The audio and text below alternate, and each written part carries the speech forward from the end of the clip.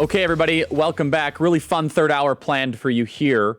Last week, we had Christopher Rufo on the program, and Christopher Rufo launched a couple salvos against Curtis Yarvin that I thought was a little bit below the belt, and I didn't feel, equipped to necessarily involve myself. I said to Blake, get Curtis on the show. They had this viral debate on IM 1776, all about reform versus revolution. And Curtis Yarvin joins us now. Curtis, welcome back to the program.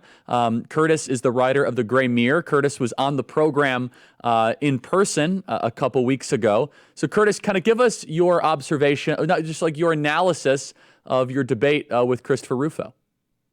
Well, first of all, I'd like to say I love Chris. I think he's a great guy. I think that, as someone once said, loyalty is the most important political virtue, and sort of the sense that Chris and I can disagree as effervescently as we do and still be, very friendly and really consider ourselves our allies is too strong a term because we're actually kind of doing different things.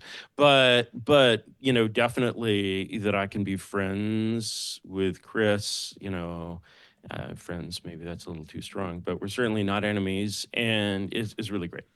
And so, but the difference between us is essentially that he thinks he is leading people into what is the promised land, but is actually a box canyon. And I am leading them on a much longer, more difficult course to, the real promised land. Not to be a cult leader or anything, but that's essentially the difference. And so I think that Chris is very well intentioned, but it's ultimately reality which decides whether your plans have any chance of coming in any sense to fruition. And if reality is right and you're wrong, you don't have the intent to be a sort of a grifter, but you are essentially a grifter. That's an objective question. It's not a question of intent. And Chris's intent is, I repeat, absolutely the best. And I love the PR he generates. I love it, to see when this or that, bureaucratic hack is accused of falsifying their thesis. It's like the kind of early stage dissident in the USSR who would be like, oh my God, state officials are corrupt. Oh my God, the whole grain program in the Kharkov area has gone totally astray. We must have, glasnost and perestroika or something. And it's like, yeah, I guess. Right. So let's take a step back here, Curtis. I want to just, because our audience is not necessarily informed on every detail here. You guys had a debate. What was the debate about? All right. And I want to compliment you.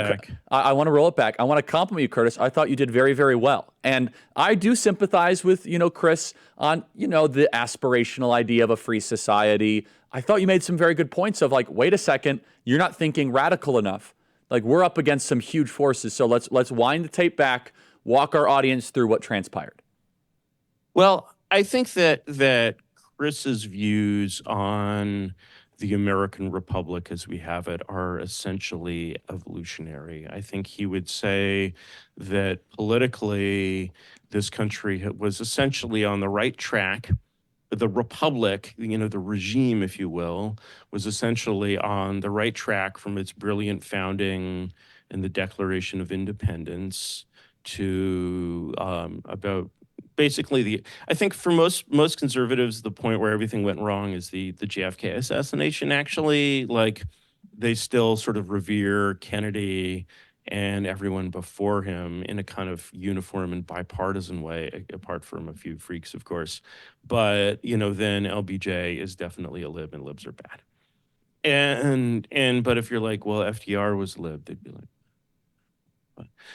so there's a sense in which you basically see the kind of majestic history of the Republic as being completely on track until basically the childhood of most living boomers. And I would describe this as essentially it's certainly the view of the world that as I, became a conservative, I cried over Walter Mondale losing the election in 1984. I was very sad. But he sees the world as being on the right track. And I'm basically like, no, actually, just because you think the period from 1963 to now is basically a myth of the mainstream media and academic history and all of that, right? You're not questioning the reality of the whole period before it. And you're basically using the fact that in this myth, the train is on the track the whole time to basically believe that the train was on the track the whole time. Well, if myths were true, all the children's books about Obama you could buy in your local bookstore would also be totally true. But some myths, let me interrupt though, Curtis, but some Yeah. myths have an essence of truth and then a mythology grows around, alongside of it. So you would agree the first half of the 20th century, America was pretty awesome. When did it start to go off track? Or do you say, no, we went off track in from the very beginning? Like, when would you say that we really diverted from our primary course? I don't know that I believe in the concept of a primary course at all, Charlie. And that's sort of the problem, is that there's this essentially, providential, and let's, use some academic terminology, exceptional kind of theorizing about America.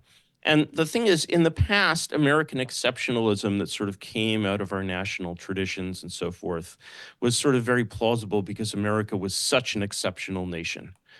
There was always an alternative theory, which was that an exceptional nation, which was bound to result if you gave an exceptional group of people an exceptional country, an exceptional and largely empty country. And when we look at basically, do you know what the full name of the nation to our south is, Charlie? It's the United States of Mexico. They didn't get their political ideas from anywhere else, so they got them from here. And, maybe a little bit of European ideas.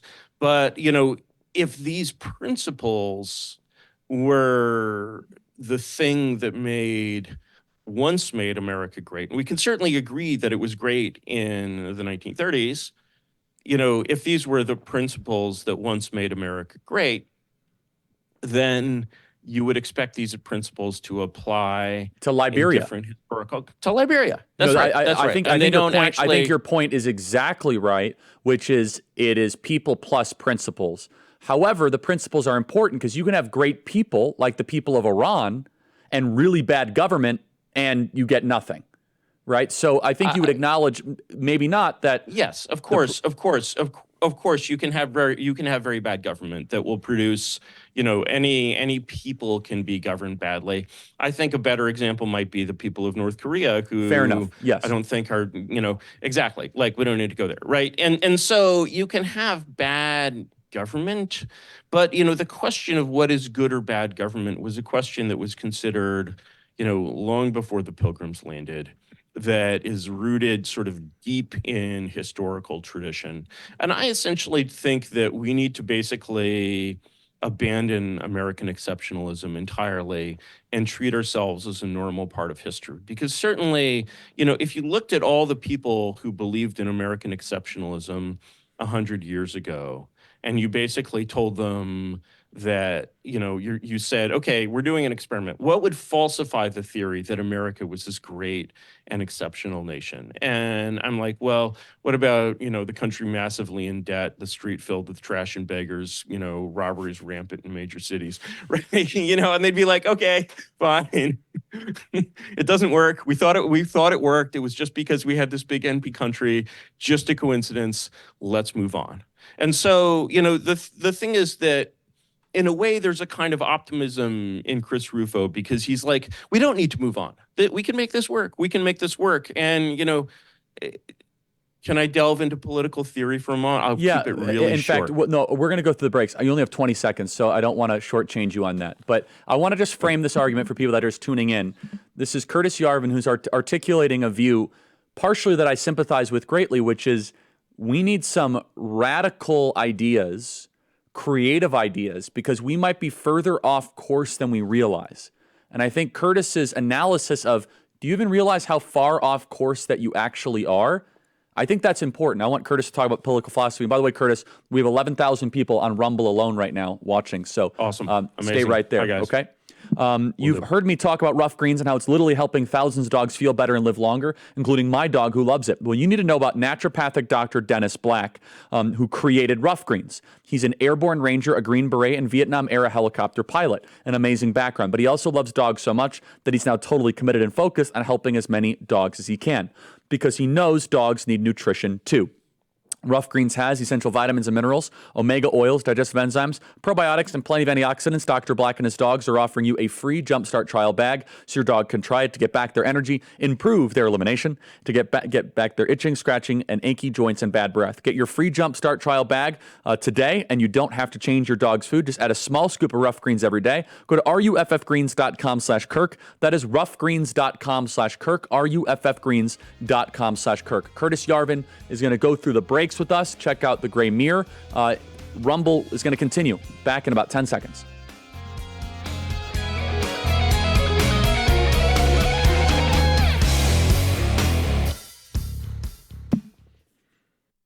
Okay, Curtis, political philosophy. The floor is yours. I think one of the most important concepts in political philosophy was developed about 130 years ago by the Italian political philosopher Gaetano Mosca. And Mosca said, you know, in Anglo-American theology, we have the idea of like the consent of the governed. And Mosca rewords this in this sort of radically objective way. He says every society has what he calls a political formula. And the political formula is basically the reason that the people believe, that the people support whatever has power over them, because the minority, the ruling class, will always rule over the ruled class. Which is not to say that all governments are class rule, but in any case, you know, the classic example of a political formula is the pharaoh is the son of the sun. So basically, if you kill the pharaoh, the sun will go out, something, something. Therefore, love and obey your pharaoh. And these got sort of gradually more sophisticated until we sort of ended up with this 1930s political formula that essentially says the deep state is the voice of science, of scientific government. And so we have an entire administration, an entire theory of government, which is not built around the idea that the pharaoh is the son of the sun, but around the basically crazy 1930s, equally crazy 1930s idea that you can put science in charge of the government, or academia in charge of the government. That's exactly right. Yes. Academia and journalism in charge of the government. That's where we are. Okay, so basically, when you sort of think of like, this is where we are, and this is where we are in its fundamental and a deeper and longer way that the USSR was where we are, where it is.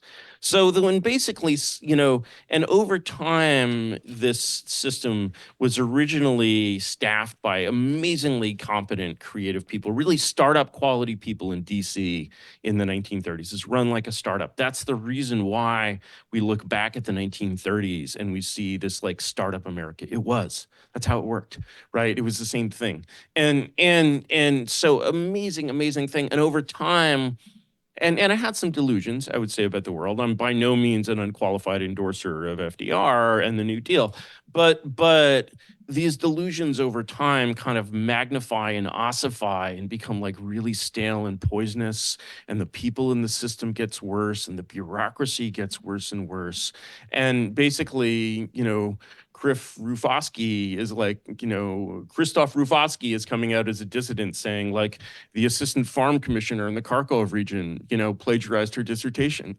I'm like, okay, yeah, but like the problem isn't that. The problem is that we basically, except for a few charmed locations, like this country lives in an age of shit. And like, except for a few charmed locations, this world lives in an age of basically decay.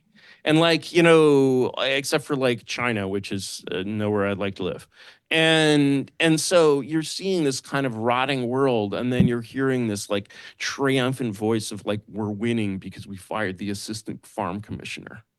Right? You know, whereas when you see a real regime change, a real change in government, everything changes. If you were in West Germany, in East Germany in 1985, and in the unified Germany in 1995, your life is completely different. Everything you see is completely different, right? And you know, that's not as drastic as the regime change in Germany between 1944 and 1946. The great thing about the Allied regime change in Germany in 1945 is that, to be quite frank, it was done by the libs.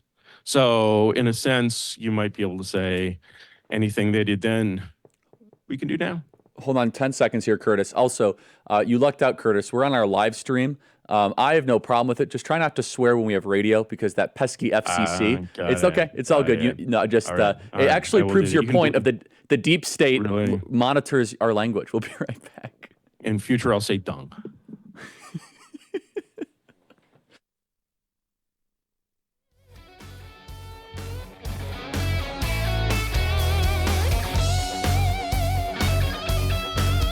We're back on radio, Curtis, managed by the FCC. Curtis, you made such a good point last time. I want to emphasize it. You mentioned it here too, which is in the 1930s, you had people of high character, high IQ, high ambition that were working in these bureaucracies. You graduate from Harvard, here's the $30 million budget, go power the Tennessee Valley, right? I mean, it was the best of America that went into the bureaucracies. Now it's not the best of America.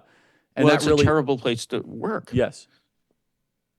I mean, it's a terrible place to work. It's a terrible experience. Like, there's still good people there. You know, my dad worked in the deep state. He was in the Foreign Service, for his whole career after being a philosophy professor.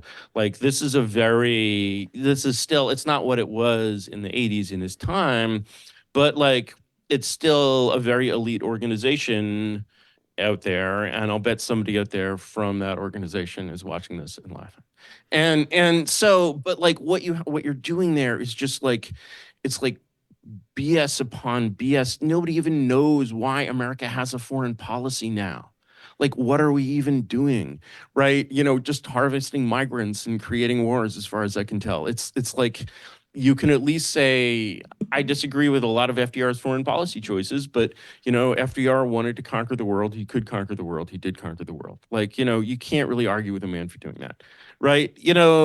And what are these people even doing? So it's this horrible bureaucratic working environment. I think one thing that people really misunderstand when they look at DC is they see that it's shaped like a private company, so they assume it must work like a private company.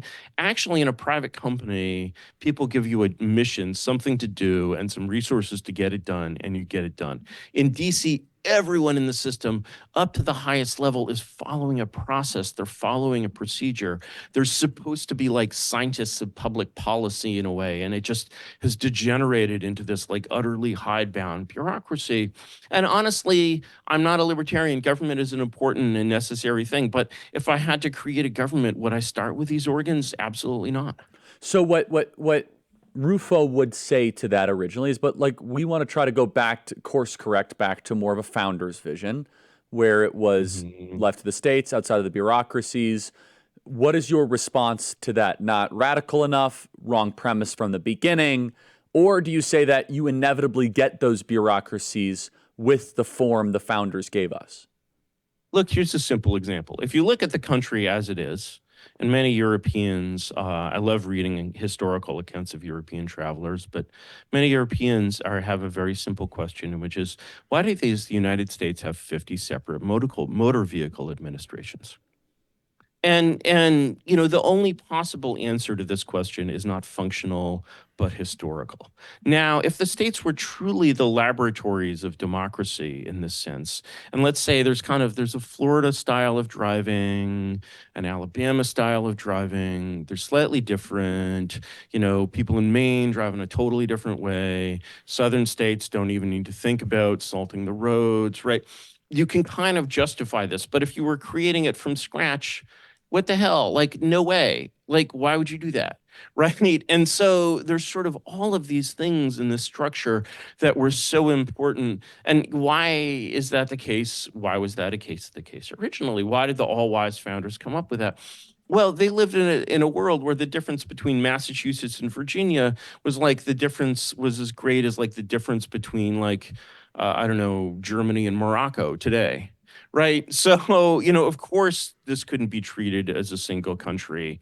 And, and nor did anyone in the days of 76 really imagine it as a single country. And in some ways, the strongest point that was made in 1861, which I'm sure, maybe a contentious issue among some of your watchers. There's a great essay by Charles Francis Adams Jr. who was like, well, the reality was that no, constitutionally it wasn't. A northern writer. He's like, no, it's true that the Constitution never envisioned like amalgamating the country into a nation and like coercing states that tried to leave. On the other hand, it had become a nation. And the thing is, however much it had become a nation by 1861, they made it a national government. They kept these forms of the states.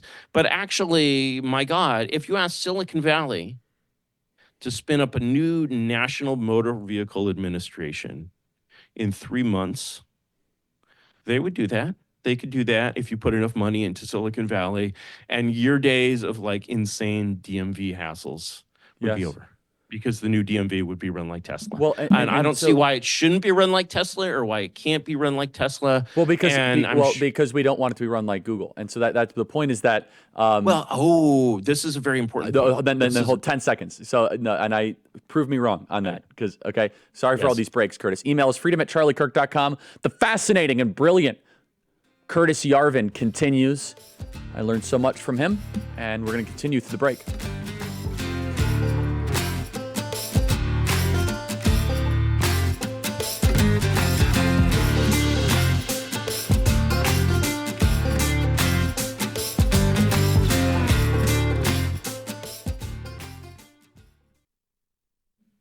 So, Curtis, I said, I don't want it to be Google. You said, ooh, great point. Keep going. Great point. Well, this really emphasizes the difference between an executive branch and an administrative branch. What I always say is that the basic problem with DC is that we don't actually have an executive branch. We have an administrative branch, which is essentially a creature of the legislative and the judicial branches. It's actually the executive presides over it, largely in name only. He still has a few responsibilities that are more than ceremonial. Think about it. Would the president spend a third of his day on photo ops if he was really the CEO of the country? Intuitively, we all know that the president is not the CEO of the country, but we sort of like agreed to pretend in a very similar way that the Englishmen have agreed to pretend they have a king. No, actually, you don't. And sorry, Englishman. And so when you look at what the administrative branch actually is, it runs, as I said earlier, on the basis of process. There's a process for everyone from the front line to like the National Security Council has a process for what they do. Nothing is unstructured. And there is a hierarchy, but the hierarchy is a hierarchy of what in computer science we call exception handling. So if there's something that doesn't fit your process, you kick it up to your boss. Eventually, it ends up on the president's desk as a giant interagency conflict. So reacting, when we talk about what the president does, we say he makes decisions. Okay, that's exactly what he's doing. He's a purely reactive official. And what are happening is exceptions that the bureaucracy can't handle are winding up on his desk, and there's a vast torrent of them. And the country would not be really substantively any different if the way he checked these boxes on his desk was to roll the dice. And so actually when you vote for the person who gets to sit on top of this, your attention is being disguised to the fact that your democratic power has been essentially eliminated, because the only election that people care about and the only election that even works, like the Congress, with its 98% incumbency rate, right? The only election that actually works is the presidential election. So if the president doesn't have any power, you've been systematically disempowered. They didn't hack the voting machines. They just cut the wires leading out of the voting machines. And this was done before you were born.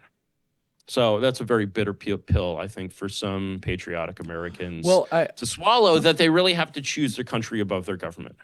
No, and I want to just zero in on this. And I think this is one of your strongest points, that we actually do not have an executive branch.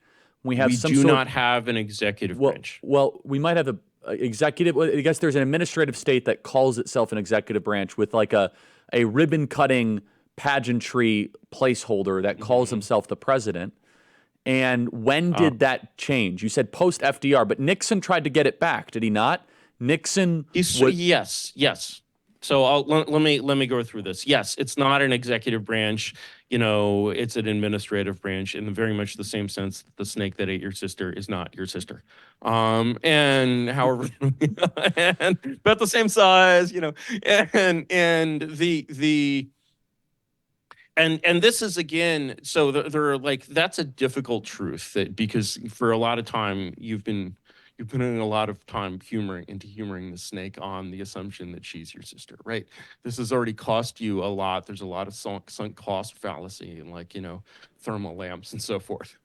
But the there are even more disturbing, difficult, and unpleasant truths underneath this one.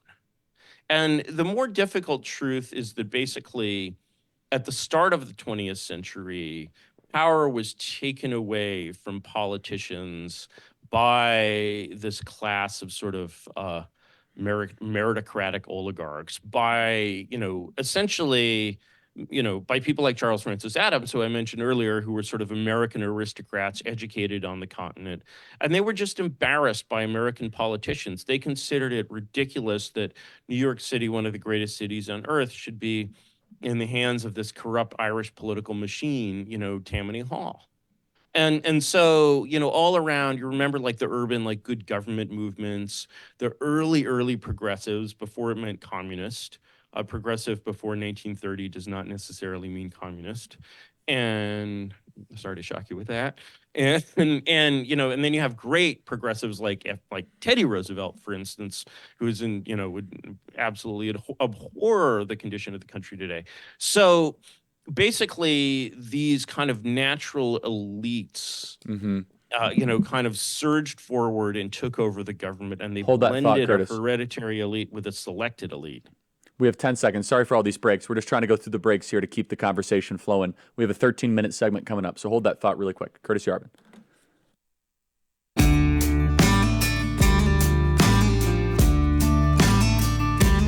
Warning, you're entering a not safe for the regime media zone.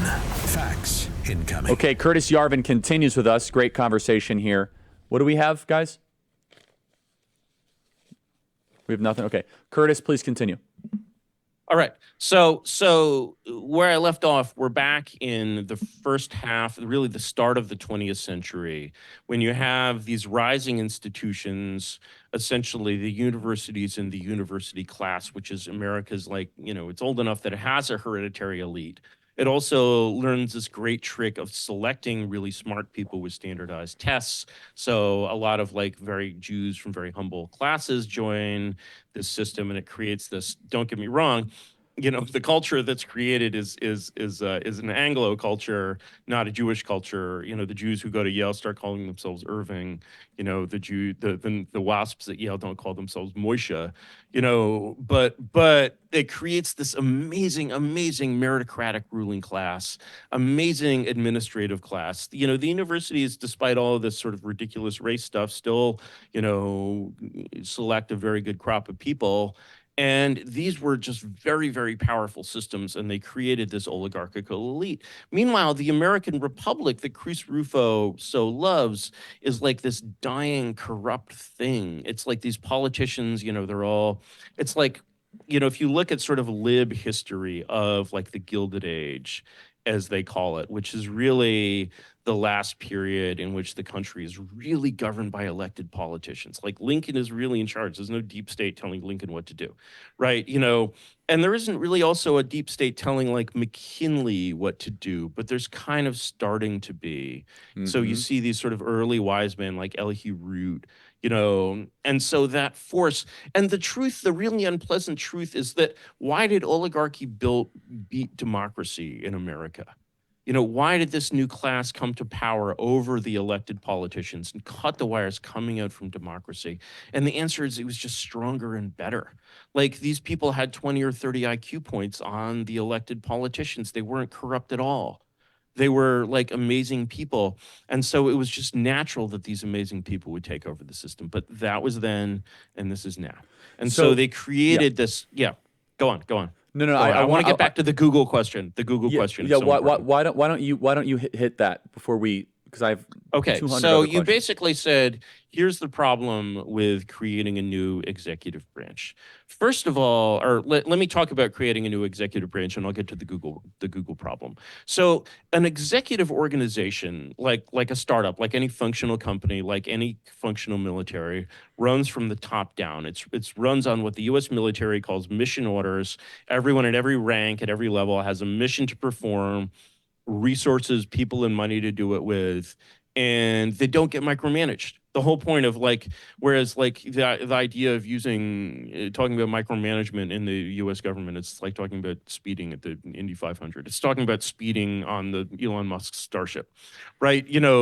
Everything is micromanagement there because, there's this constant sort of concern for accountability pervading the whole thing, which again came in to get rid of the corrupt politicians and their patronage jobs, which was the old system of the 1890s, right? So, and by the way, one date that most of your viewers probably don't know that should is 1980, because in 1980, on the way out, the first act of woke race warfare against the USG was taken. President Carter, I think basically by suing himself, eliminated competitive examinations for the US Civil Service.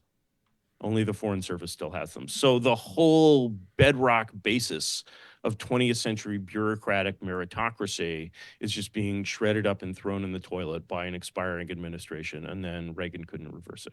So much for that revolution, right? So anyway, in any case, when you have an organization that runs by mission orders, it's actually run from the top down. I would say, especially if the president is someone like Donald Trump, he should be more the chairman of the board than the CEO. Yes. But maybe he could choose Vivek, and Vivek could be the CEO. I think it's a great idea. But he at least did the job, right? Well, but the thing is, I want to spend time on the Trump thing because I think it's important. When Vivek hires the Google employees, when Vivek hires the Googlers who are all libs, it doesn't matter, because basically, if it's executive, it's run from the top down. Nobody gets to run the company from the bottom up. Nobody gets to set policy from the front lines. Personnel is no longer policy in an executive organization. And that means that a new regime can tap into the full administrative talent of this country, even though it's 85% lib. Okay, so that's a great segue. Donald Trump becomes president. He's chairman of the board, or Vivek does. You're saying that is it possible to use the current oligarchy for good purposes? Is that your argument? That this No, it's absolutely, it's like, if you are actually trying to do anything serious in Washington, you realize quickly that there's first of all, the concern I have with the Trump administration is essentially, if you look at Donald Trump, you notice one fact which all Americans can agree on: if elected, he is not eligible for re-election. What incentives will that place on Donald Trump? Actually, just this week, we saw that Donald help organize the new Ukraine bill. I think that I don't know who, the Trump, office is a complicated place. I don't know which faction that came out of. There are apparently many factions. I thought Trump did good things and bad things, like many people in this ridiculous job. But the incentives on Trump to basically conform and become a rhino are essentially magnified at this point. And so when we look at whether he can cut against the grain or back toward the grain, thus basically, as did Nixon and Reagan, legitimizing and basically making bipartisan many things that had previously been liberal and even extreme liberal causes, that will be the incentive on him. And at that point, knowing that incentive objectively, any predictions for his for his administration, have to rely on his personal honor and honesty. And I'm like, I hope so. Let's de-Trumpify the conversation. Just say Let's President. de-Trumpify the let's just say Vivek. yeah, or President so A or President Vivek. You have some creative. let's go with We didn't get to this the last time, which is Curtis's ideas for electrifying the executive branch in the best possible way of trying to invigorate the country. What ideas, policy things, what can be done, if anything? So let's say President Vivek. To make this practical. Let's say the Donald Trump, achieves a mighty victory, and then passes away sadly, or even is assassinated by a deranged animal rights activist, which would be very sad. And because he truly is a great man, and Yes. and we would have a President Vivek. And what would Vivek do? Well, Vivek would essentially be in a position. He needs to essentially assume the mandate that essentially is roughly the same mandate that FDR assumed in 1933. I do a fun dramatic reading of the last 10 paragraphs of that speech. It's a great speech. And he basically demands the power of a general resisting an enemy invasion. I think Vivek has to go a little farther than that. I think he has to assume essentially the powers of Allied military administration in Germany. I think that's the closest historical connection. And the way to essentially, and you're basically, your first thought of like, wow, that's roughly 100,000 times more power than the president currently has. And what you have to realize when you think that is this is true, but also the political will on your side is much, much weaker. The people didn't have the political will to keep ruling. That's why they lost control to the bureaucrats. They actually just didn't care enough. They're like a weak king. And that's a really sad and bitter truth, but there are not enough of people who care enough to keep America a democracy. Therefore, America has to evolve in a different direction. I don't make the rules. In any case, President Vivek comes in and he's basically like, okay, his first task is actually to perform what they call in South America an autocoup. So like President Fujimori in Peru, for example, or FDR in 1933 comes close to this, not quite there, but he essentially, he was sort of stopped in the 30s by the Supreme Court, close to that. And so, okay, you're essentially, when you do that, you're essentially treating Washington the way the bankruptcy reorganizer treated the ruins of FTX. Okay, the idea of like anyone in previous management having any control over this thing is as ridiculous as putting Sam Bankman-Fried back in charge of FTX. On the other hand, it's this gigantic, enormous thing with tons of money and assets and employees, and it's like 10,000 times bigger than FTX. So you're basically in the position of a bankruptcy administrator, or, if you prefer, FDR said the general resisting an enemy invasion. I would say the general of an enemy invasion. So Curtis, basically, that's the level of power he needs. So you said something about Germany. I just want to make sure I'm clear. What do you mean by that? I mean the denazification of Germany. Yeah, okay, that's what I See, thought. that's an excellent word sitting right there, denazification. I hate the word woke, but we can easily go from denazification to dewokification. I think it's super smart. And what you're saying is this is an Eisenhower type, I am in charge of the Supreme Allied Command, right? Yeah. It was done by, Lucius Clay was in charge in Germany, actually. It was done at a lower level. Really, if I had to choose, I think the occupation of Germany had some excessive rancor in it. I would choose MacArthur's operation in Japan. But once again, there's nothing left of Imperial Japan, right? And so, for example, in the fall of 1945 in Germany, kids are going to school. Are they learning from Nazi textbooks? No, they are not, because those people worked hard and they could get that job done in the summer. Children are going to school, and it is no longer Nazi school. We have to. Okay. I've never heard anyone say denazification. That's what we have to do. We have to purge out this entire wasteland of crap. Is that correct? Yeah. Yeah, it's the end. It's the complete end of an era. And the thing is, and here's the thing about especially all this insane race crap, right? Yes. in the spring of 1945, in January and New Year's Day 1945, everyone in Germany is a Nazi. They're not just pretending to be Nazis. Oh no, after enough of that time, they generally are Nazis. And even if they're anti-Nazis, they actually have a lot of Nazi ideas in their heads. And that's how powerful modern propaganda is. And it was relatively weak by Hold that thought, Curtis. 1 second. Just hold that thought. We have. I want to complete that in a second. I have to tell our audience about one of our partners here.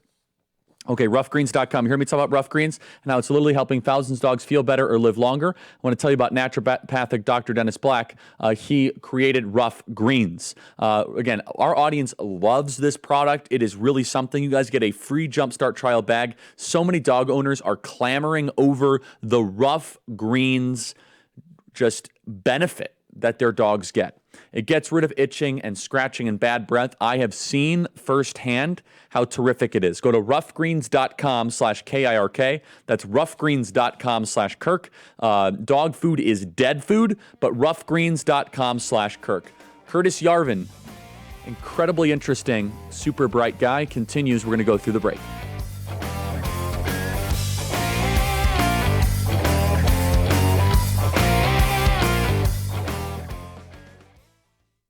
Okay, Curtis, so I'm only, because we're pressed for time, I want to zero into this, though. Policy. What can a President A or President Vivek or whatever sign an executive order? Are you talking about just, we need to purge entire cabinets? We need to, remove the entire infrastructure that exists? How would you lead us forward? What is the model? It's much stronger than that, because essentially when you're erasing... Remember I said that, if you read, one of the great things about the Constitution is that it doesn't specify the precedence of the branches. And so in Marbury versus Madison, as every American high school student knows, the Supreme Court just kind of seizes command. And it's Marbury versus Madison is a coup. In fact, the Constitution itself is a coup, right? Any change in regime, the Articles of Confederation never abolished themselves, right? And they're And so what you're essentially doing, what the new president is doing in terms of the Constitution, because as FDR says in his first inaugural, that's kind of the genius of the Constitution, is that it leaves things unspecified, and that allows for change.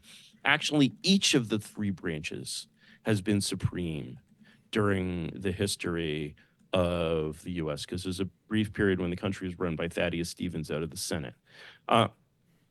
And so what you're doing has to be understood within that framework.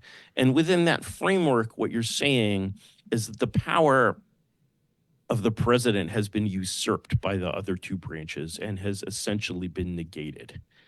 And more than that, the only way to redeem this wrong, this essentially sort of crime of stealing democracy while everyone still believes in it, which is just an incredible frickin' thing to do, to be honest, and might be excusable if you're doing it well. Might have been excusable when it was being done well, but now that it is no longer being done well, it stinks from end to end. And what you're saying is that in order to replace it, you can't replace it by making the branches equal in some sense. That just doesn't work. You actually have to say, no, what we call law is itself a mistake, because what the executive branch does, the whole process, the whole fabric of the deep state is absolutely compelled by law. And where it's not compelled by law, it's compelled by courts. Those are the other two branches. If anyone can imagine a way of restoring a balance between these branches from the present supremacy of the legislative and judicial branches, I simply cannot imagine it as a real thing in any way on this earth. What I can imagine is restoring this balance by reserving absolute power to the chief executive. Because we're going to welcome back our radio. I want to make sure our radio audience hears this. Curtis Yarvin, Gray Mirror. Email is freedom@charliekirk.com. Subscribe to our podcast. Curtis Yarvin continues. Just stay right there.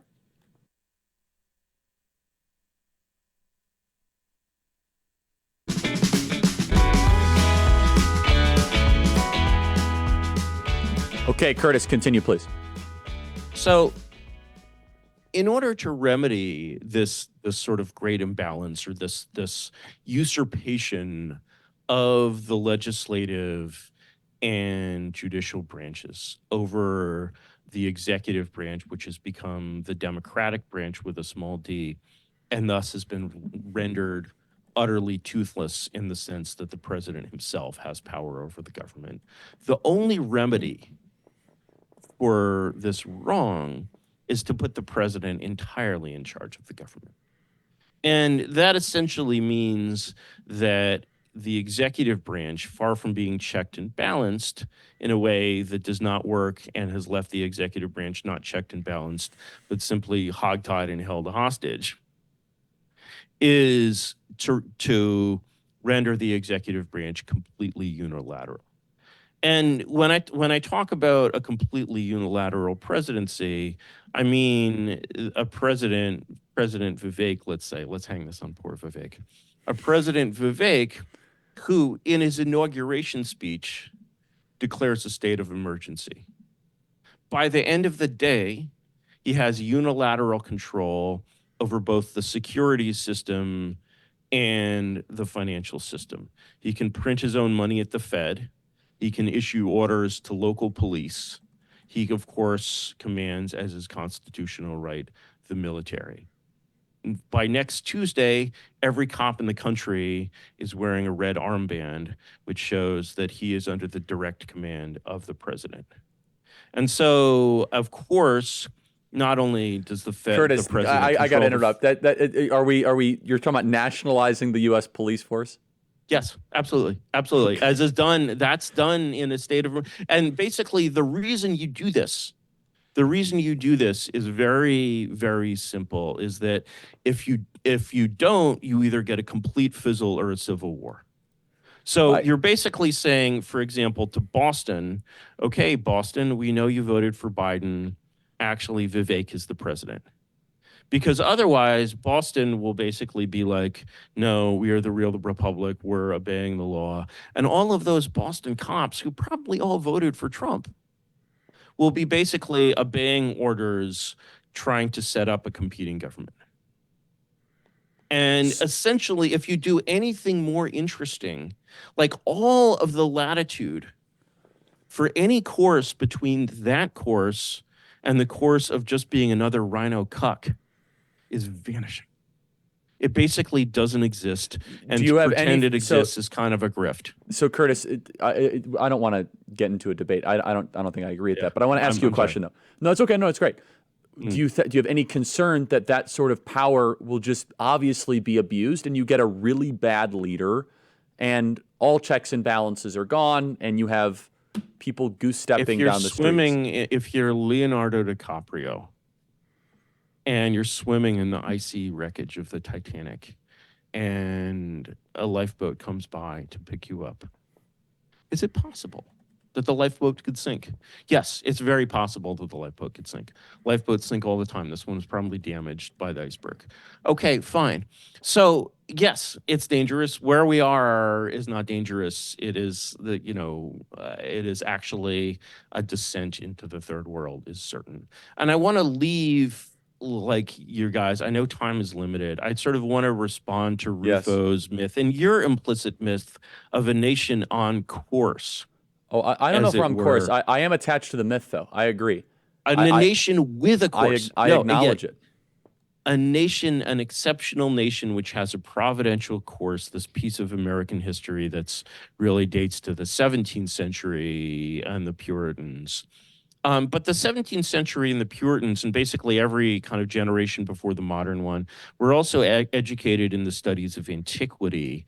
And they also had another model in mind, which is the rise and fall of Rome. And so when you look at the rise and fall of Rome, and of course, LARPing the Roman Republic was something the founders all did, and they were all confident that by doing it right, they could prevent the decline of their civilization, which was very similar in some ways to the Roman Republic with its very strong and virtuous aristocracy. They could prevent the decline of their society into the society of the Roman Empire. And they would immediately recognize our society as resembling that of the Roman Empire. And if they were really sharp about it, they would say, since all attempts to reestablish the Roman Republic in the Roman Empire, which always called itself the Republic, actually, were basically jokes after the first century, maybe Caesar Curtis, and Augustus we're found gonna the go- only way to govern the We're empire. going to go 5 more minutes to make sure that you can finish the argument, okay? We're going to go keep on the live stream. Curtis Yarvin, radio. See you guys tomorrow. 5 more minutes, guys.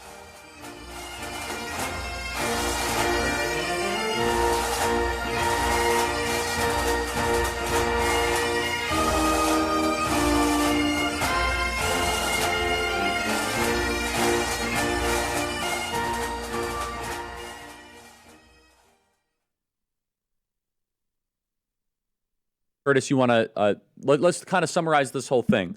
But Curtis, you must acknowledge that the attachment to a free society that once existed, that I have, is admirable, and that's a thing that plays to our higher parts. And when people hear, just to be perfectly honest with you, because I have great respect, we're going to have police officers with red armbands. It terrifies people. It terrifies people. And the thing is, the fact that it terrifies people should basically, remember I spoke of political formulas earlier.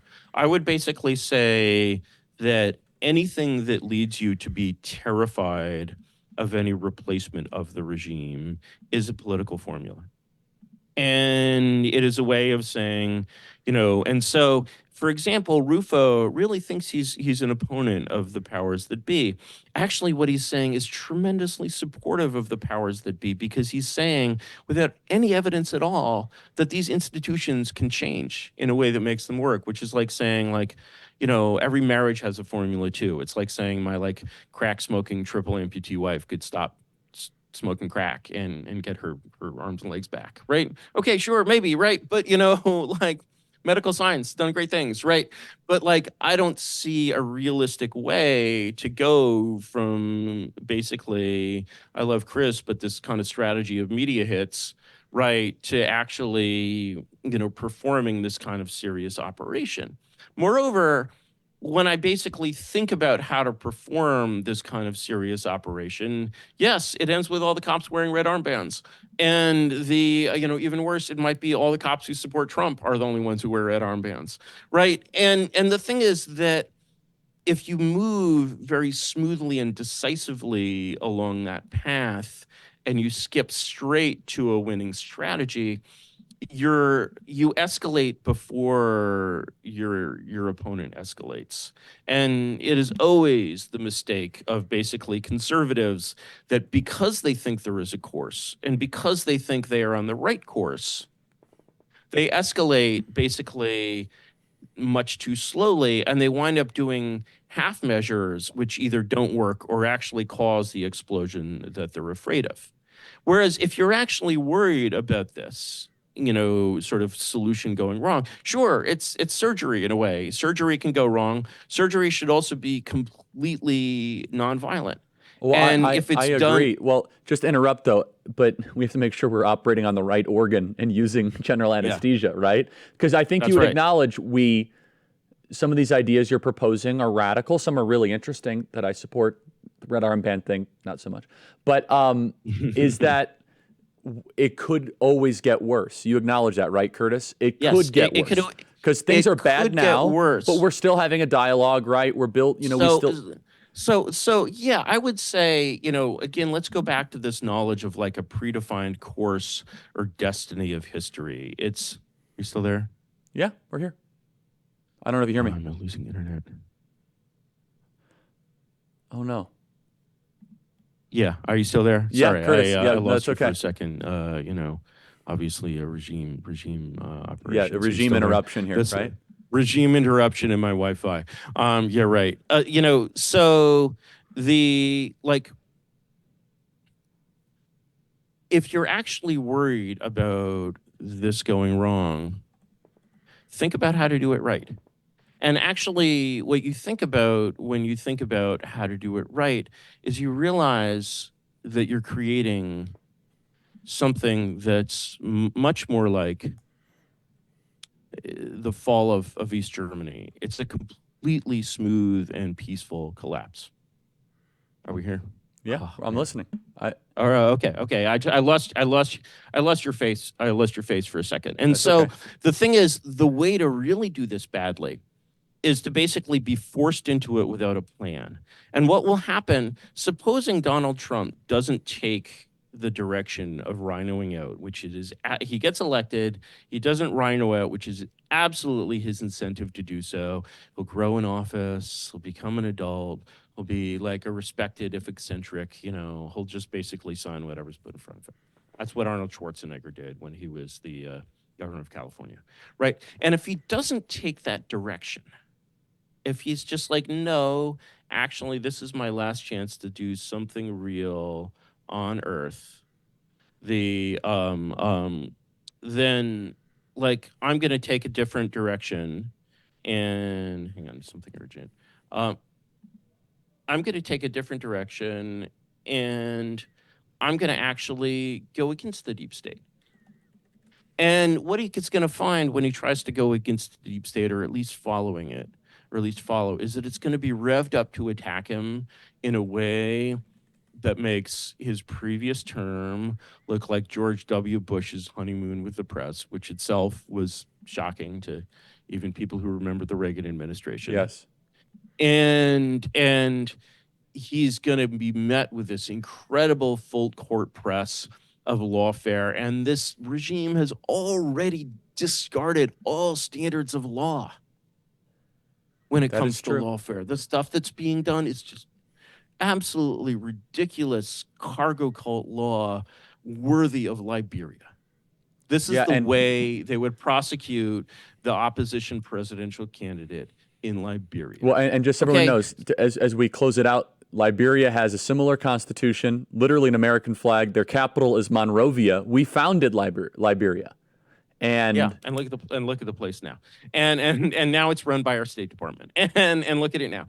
Right. And so you're basically looking at the situation where he just has to keep doubling. His only remedy in the face of this attack is to keep doubling down or just completely cave. Moreover, he doesn't have any kind of roadmap, any kind of plan. He has no idea what to do if he needs to keep doubling down. And if he actually, the regime was so scared in November 2016, they really thought that he cared as much about power as they did. And they knew that they had no defenses and he could just drive right over them. And he didn't. And this time it would be a lot harder and it would really take a real plan. But the thing is, the idea that there's anything between a real plan or just cucking is like steadily becoming completely inadmissible. And so, it's time to think in terms of police officers with armbands, because you know what? I'd rather have police officers with armbands rather than police officers shooting each other. Right? Curtis Yarvin. So, everybody, we got to run. I don't see it that way, but I agreed with a lot of what you said, Curtis. And you bring your arguments super well. Always interesting, very fascinating. Curtis, thanks so much. Thank you so much, Charlie. Bye. All right, members.charliekirk.com and email us freedom@charliekirk.com and subscribe to our podcast. See you guys soon. Thanks.